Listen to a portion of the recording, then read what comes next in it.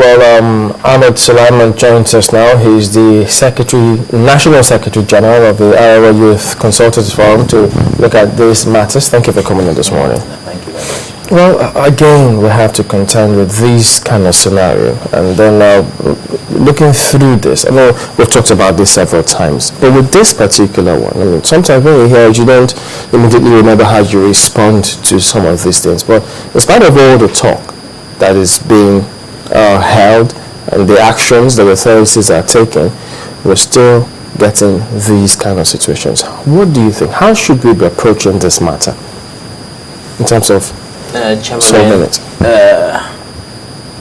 It's a daunting task to start with, because when you have an enemy who has the whole space and picks and chooses how he comes after you, it's very difficult to track him down. You just heard the report that they are actually making headways and they are narrowing them down, and there's just a few left who have been able to force their way through and create these attacks. But all the same, it has always been the same pockets of operators. They sneak around you and they hit you when you don't. Today they hit in Yobe, tomorrow they will hit in Adamawa, and the next day they will hit somewhere. So they keep you chasing the ghost. So the fact still remains, first, there is obviously the need, like he said, that you need more military presence. And I think that is, at this point in time, the need to really come out full blast. First, you sensitize the communities that something is definitely going to happen. As much as they can, they should be able to just get out of reach of these operations. But definitely they are coming out to comb. Remember, we have in history how the Gestapos were coming after the Jews in Germany.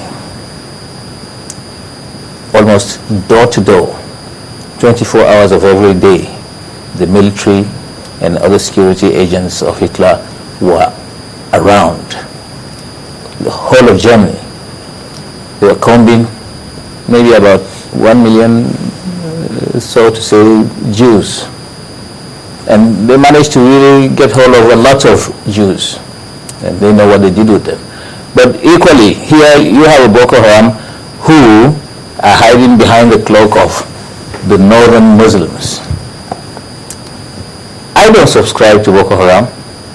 I'm a Muslim, I'm a northerner. But you see, the irony and the tragedy is that you have a nation who now always seems to believe on the wrong things.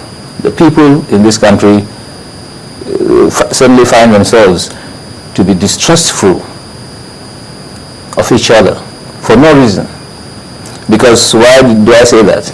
You see, when it is a northern thing, everybody tries to push it. It's a northern thing, it's not our thing. If it is a southern thing, the same thing applies. So where did we have this crack? We just have to get back to the roots. Something has gone wrong.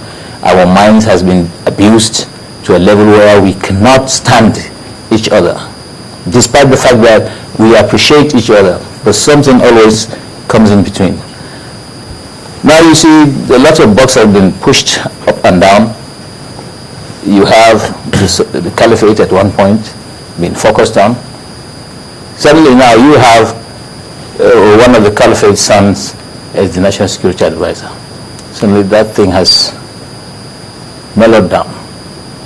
It's not as if there's impact in his activities. Yeah, but that's where the people also raise questions. You know, while he was appointed, I mean, when he was appointed, you have people who thought, okay, with that appointment, you may just have this, if not reduced to the barest minimum, but not suddenly having this kind of casual. If you had not forgotten, I did say to you, it's a good step. What next? I did tell you that you will hardly probably see something as much as an optimist that I am, and the game of chess was still going on. Why do you think that is the case? Because we refuse to face the facts on the ground. What is this fact? You see, in this country there are so many ills that has already taken place. Everybody knows. Now today the common man on the street, even the illiterate man on the street, knows the problems that the leadership have in terms of corruption and in so many other ills. We do not try to manage our system with our own homegrown recipes. We always try to borrow, we always try to pretend we are England, we are the US. You know, you cannot just be at par with these nations. But Nigeria, at one point, the leadership always tries to pretend they are at par with the President of America, the English President, Premier, or whatever. But we are Nigerians. We have a Nigerian government. We have a developing nation. We always refuse to face those facts. We have a community where the president or any other government institution does not have the statistics of how many citizens in figures. He cannot beat his chest and say, I have so many people who I manage as a nation. Now, how do you start getting things right? You know, that's also one of the problems. Some people have highlighted. I'm excited you're here because some would say it becomes difficult for us to know who we are or how many we are, especially in the north where you have some Arabs and some who are non-Nigerians, but for the fact that they can speak the language in that region, one just generally mistake them to be part and parcel of the country. It brings us to our borders as well as culture. The cultural integration, is it part of what is causing us some of this heartache we experiencing in the hands of the insurgents in that region? No, cultural integration, it is how you make your bed, that's how you sleep. Cultural integration would have been a positive additive, but we still play down on those things. If somebody from Senegal can walk into this country and he will immediately from the airport try to first thing assume he's a Hausa man, he's a northerner. He cannot speak a word of Hausa or a northern language, but because of his mode of dressing, the stereotyped thinking, is a northern man.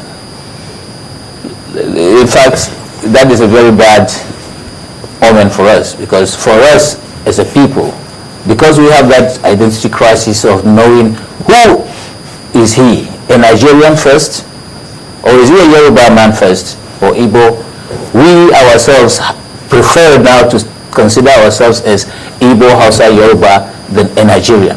Now right from there, to manage such a nation, you try to solve a problem, two more problems gear their heads on your table.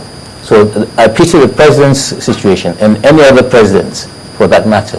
I'm happy you're saying that any other president, because sometimes, in fact, yesterday we had Rotimi Fashakin here, and he of the APC, and he said, well, that the president has not been able to handle this, and we thought that, okay, if given the opportunity and an APC president was to be in charge, what would you have done differently? Even though we never got any answer to that. Now you said even any president. So are you saying this is just not even about the president? It's not about the president. We have said it time and time again. The constitution of this country, whether anybody likes it or not, has to be revisited. In what form? A new constitution has to be in the making. The longer we take, the longer and the harder the problems become. Because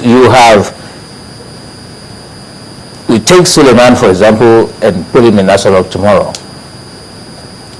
I don't know what happens in that villa.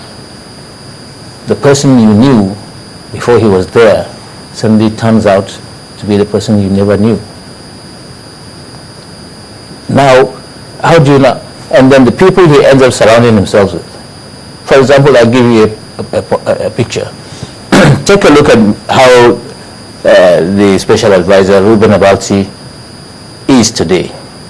And think back to what he was outside the government.